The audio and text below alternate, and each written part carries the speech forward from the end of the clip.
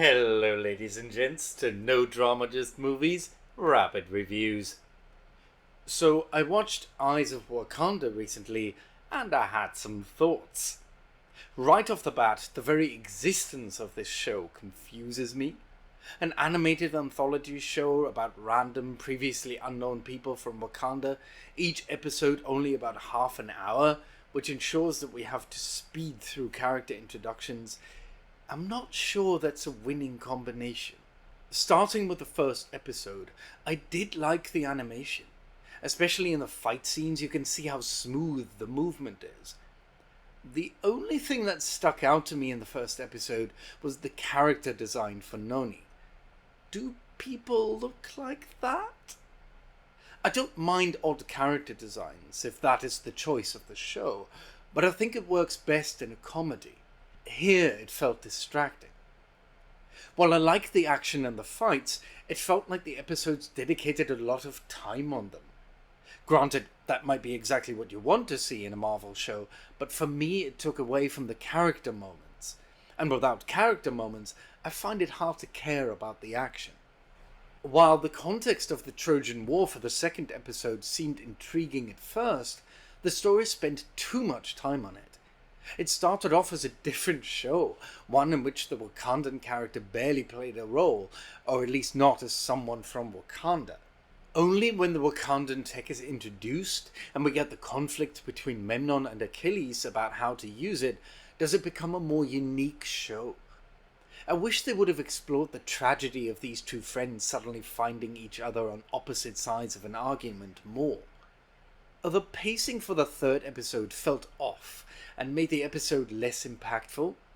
We get a flashback to how Jorani saved Basha only after she is revealed to be the intruder. Imagine if we had understood their relationship a little bit better before, and then got the promise of them facing each other in a conflict. Jorani, the Iron Fist, also quickly becomes more of a protagonist than the two Wakandans, which felt very jarring to me. She's the one with a stronger goal, which makes her the driving force of much of the action.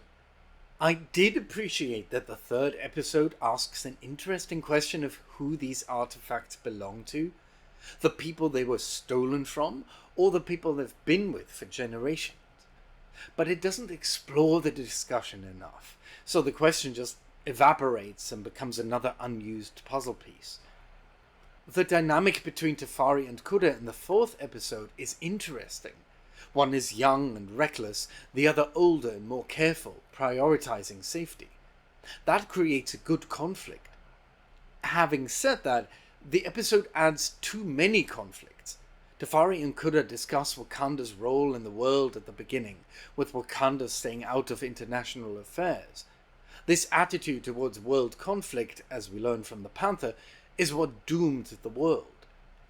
But having this second conflict of world-ending stakes dilutes the question posed by the episode. And then there's a third conflict anyway. Should Tafari and Kuda return the axe to where they got it from, or take it to Wakanda? Should they abandon their mission to save the future, or should they serve Wakanda in the present? I also have to mention that link between the show and the first Black Panther film. Seeing the reference to Killmonger was awesome, and put this into a larger context. But it also made me wish they would have done more of that, essentially giving the artifacts these people are trying to retrieve a more significant role in the history of Wakanda, and thereby raising the stakes as well. Overall, I have to say I'm not as impressed. While the animation generally worked for me, the show went by so quickly that it didn't allow much of an emotional response, and I didn't really walk away with a memorable character or plot. I can only wonder what the point of this show was. And that's all. Roll credits.